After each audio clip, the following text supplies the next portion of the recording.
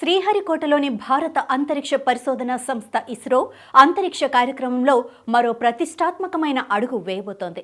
PSLV C-60 రాకెట్ను నింగిలోకి పంపేందుకు ఏర్పాట్లు పూర్తి చేసింది. ఇస్రో స్పేస్ డాకింగ్ మిషన్ కోసం కౌంట్ డౌన్ ఆదివారం రాత్రి ప్రారంభమైంది. అంతరిక్షంలో డాకింగ్ టెక్నాలజీని ప్రవేశపెట్టడం ద్వారా చైనా, రష్యా, అమెరికా వంటి దేశాల జాబితాలో భారత్ చేరనుంది.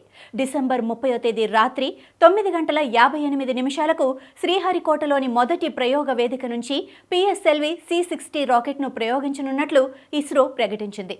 ప్రయోగానికి సంబంధించిన ఏర్పాట్లను ఇప్పటికే పూర్తి చేశారు.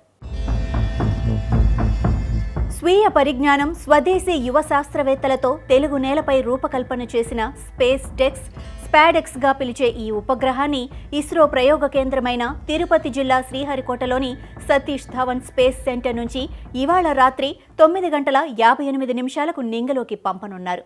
ఇస్రోకి అచ్చొచ్చిన వాహక నౌకగా పేరుగాంచిన పిఎస్ఎల్వి C-60 రాకెట్ ద్వారా ఈ ఉపగ్రహాన్ని రోదసీలోకి పంపనుంది ఇస్రో.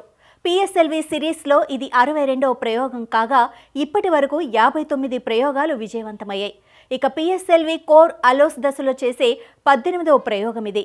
ఇస్రో రాకెట్ ప్రయోగ కేంద్రంగా ఉన్న శ్రీహరికోట సతీష్ ధావన్ స్పేస్ సెంటర్ నుంచి పిఎస్ఎల్వి C-60 ద్వారా ఉపగ్రహాన్ని అంతరిక్షంలోకి పంపనున్నారు శాస్త్రవేత్తలు. ఇందులో ఉండే జంట ఉపగ్రహాలకు చేజర్, టార్గెట్ అనే పేర్లు పెట్టారు. పిఎస్ఎల్వి C-60 రాకెట్ బరువు 320 టన్నులు కాగా ప్రస్తుతం ప్రయోగిస్తున్న రాకెట్కు స్టాప్ ఆన్ బూస్టర్లను తొలగించడంతో అది 229 టన్నుల బరువు కలిగి ఉంటుంది.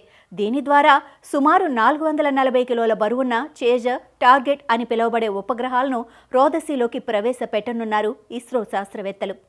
ఇవి స్పేస్ డాకింగ్, ఫార్మేషన్ ఫ్లయింగ్, మానవ అంతరిక్షయానం తదితర సేవలకు ఉపయోగపడనున్నాయని ఇస్రో వెల్లడించింది. అలాగే భవిష్యత్తులో ప్రయోగించే చంద్రయాన్ 4లో భారత్ స్పేస్ స్టేషన్ నిర్మాణానికి అవసరమైన డాకింగ్ టెక్నాలజీని పరీక్షించేందుకు ఈ ఉపగ్రహాలు ఉపయోగపడనున్నాయి.